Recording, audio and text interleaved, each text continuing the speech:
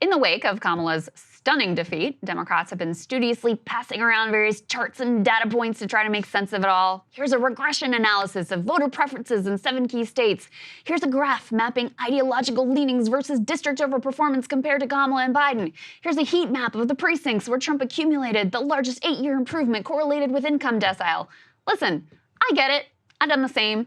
I'm a little A student, teacher's pet type, and I too would like to plot, chart, and data analyze my way to the one correct answer for how Democrats should look, walk, talk, and act. But to be honest with you, that shit needs to stop because it utterly misses how politics actually works. In fact, this type of focus group, poll-driven, laundry list approach to politics is exactly what Democrats already do, and you can see precisely how that's worked out. In fact, Kamala ran the platonic ideal of this approach, which has been dubbed popularism. Now, the guy who popularized popularism, David Shor, he actually ran a $700 million super PAC for the Kamala campaign. The basic idea is you pull a bunch of policies, you pick what's most popular, and you run on it. And like a good little centrist, Kamala eschewed all divisive talk of race or gender. She spent the entire campaign running around with Republicans to convince everyone she didn't actually really stand for anything. She embraced the GOP position on the border. She talked endlessly about how she prosecuted transnational gangs and argued the problem with Trump's border policy was that he didn't construct enough of his vaunted border wall. Seriously. As Jon Stewart argued, though, far from running a woke campaign, Kamala and Democrats obsessively tried to pander to the polls and adopted Republican framing. I only have one problem with the woke theory. I just didn't recall seeing any Democrats running on woke shit. These were the commercials I saw for the Democrats.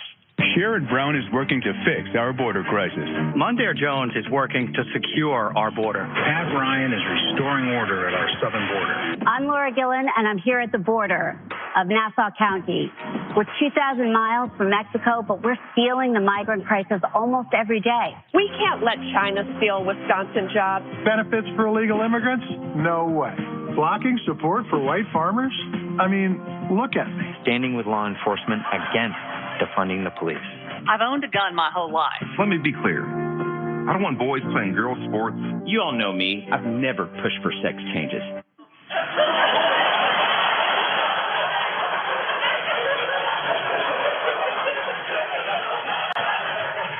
Well, that's just a weird one at the end there. And don't forget about Kamala Harris. It's not like she was exactly waving around her NPR tote bag. I have a Glock.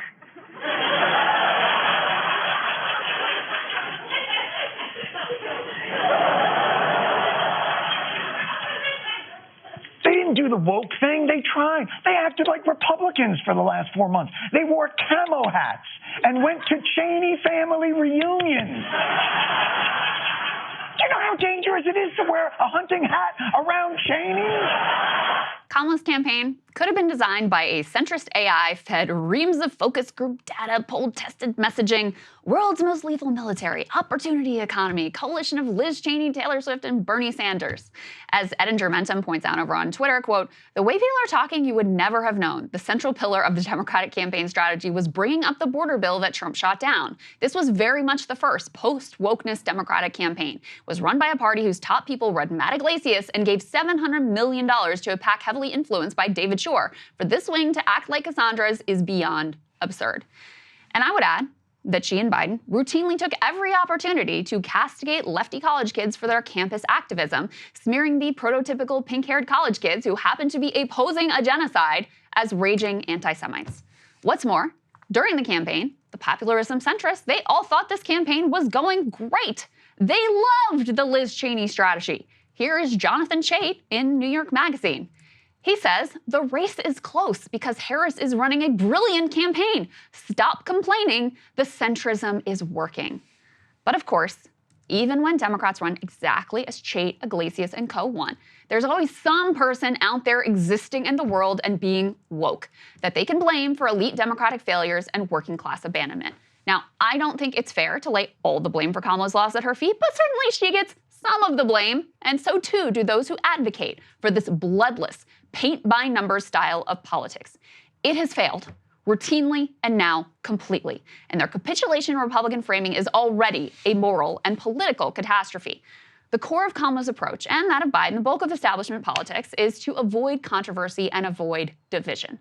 If an issue polls under 60%, avoid it. If a previous position drops in support, abandon it. Studiously avoid saying anything that might, God forbid, create a backlash. This approach is wrong. It's brain dead. It's idiotic. As is the saying that politics is about addition. Wrong. Winning politics that can also deliver anything worthwhile is divisive. The only thing that really matters is getting that division correct. Think about Trump, for God's sakes. He is the single most divisive politician of the modern era, without a doubt. He is also the most successful. He deeply understands his divisive politics, and everything he says and does effectively drives towards the division that serves his political interests and message. On one side are the migrants, Democrats, and cultural elites who, in his narrative, want to destroy your town, steal your job, and indoctrinate your kids. On the other side is anyone who supports Trump against these forces, and Trump alone is, of course, the politician who can fix the problem. Another divisive politician? Bernie. Now, he stylistically, of course, quite different from Trump, but make no mistake, his fundamentally is a divisive politics. In the language of Occupy, it's the 99% versus the 1%. It's the millionaires and billionaires versus everyone else. Throw in the corporate media, the corrupt establishment, and you've got all you need for a winning, fruitful, divisive politics. Think about it. If you did your little checklist politics telling how popular Kamala's policies are versus Trump's policies, Kamala would win every time.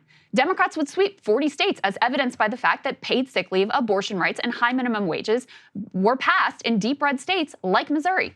But that is not remotely how politics actually works.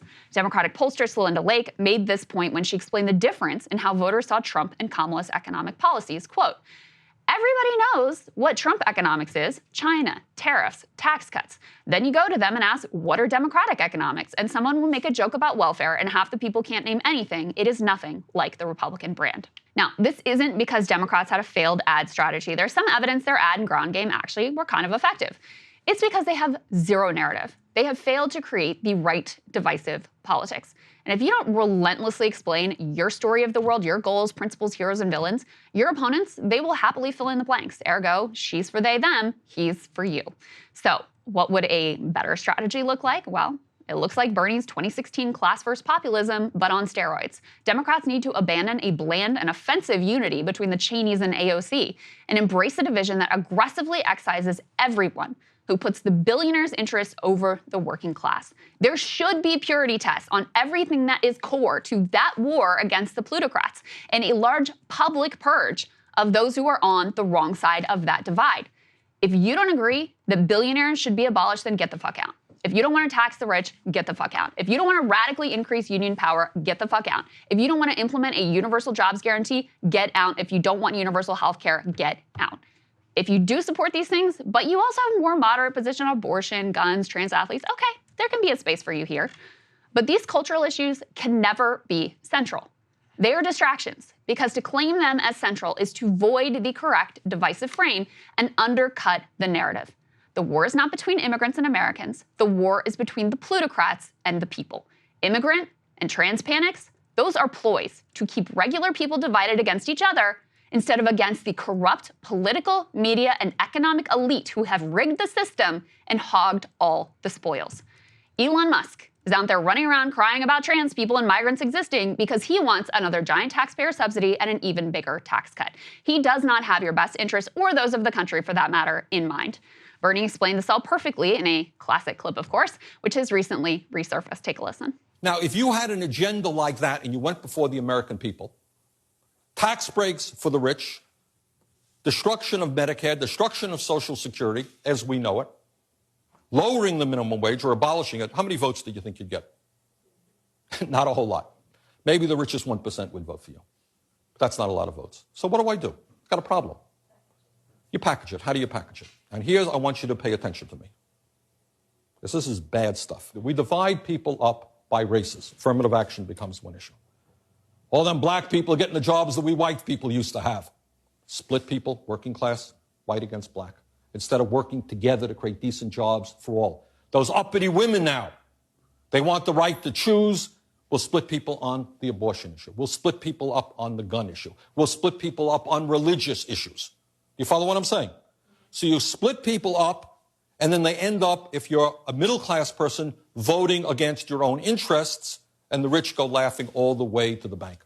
And they succeed with the help of the media, because the media will not talk about how, in a sense, the common problems that Americans face and how we bring people together. And that's what I believe. I believe that on issues like everybody in this room thinks, I think, that instead of giving tax breaks to the rich, we should increase federal aid to education. Anyone disagree with that? Well, you know what? Most Americans agree with that. All of you think that every American should be entitled to health care. I suspect most of you think we should not have a trade policy which allows corporations to throw American workers out on the street and run to China. Most Americans agree with that. And our job is to bring people together on common interest, and some of these extreme right-wing people, you watch the issues that they talk about. Affirmative action they use to divide. The issue of abortion they use to divide. The issue of guns they use to divide.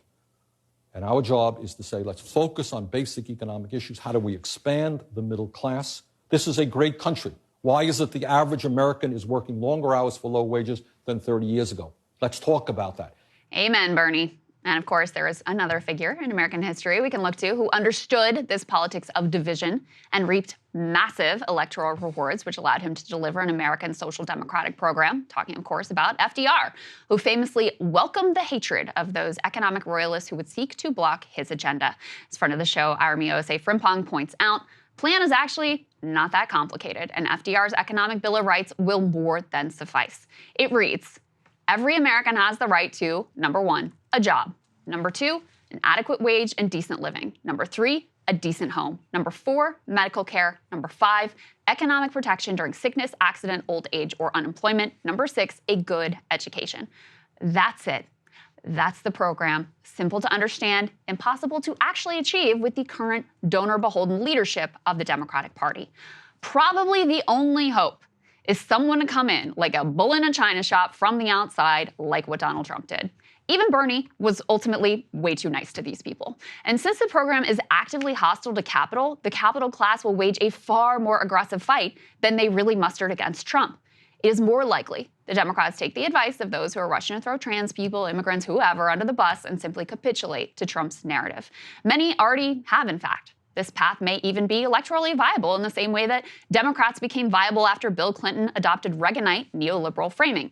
But I don't care about Democrats winning, ultimately. I care about delivering meaningful improvements for working class people, avoiding wars, and keeping our democracy.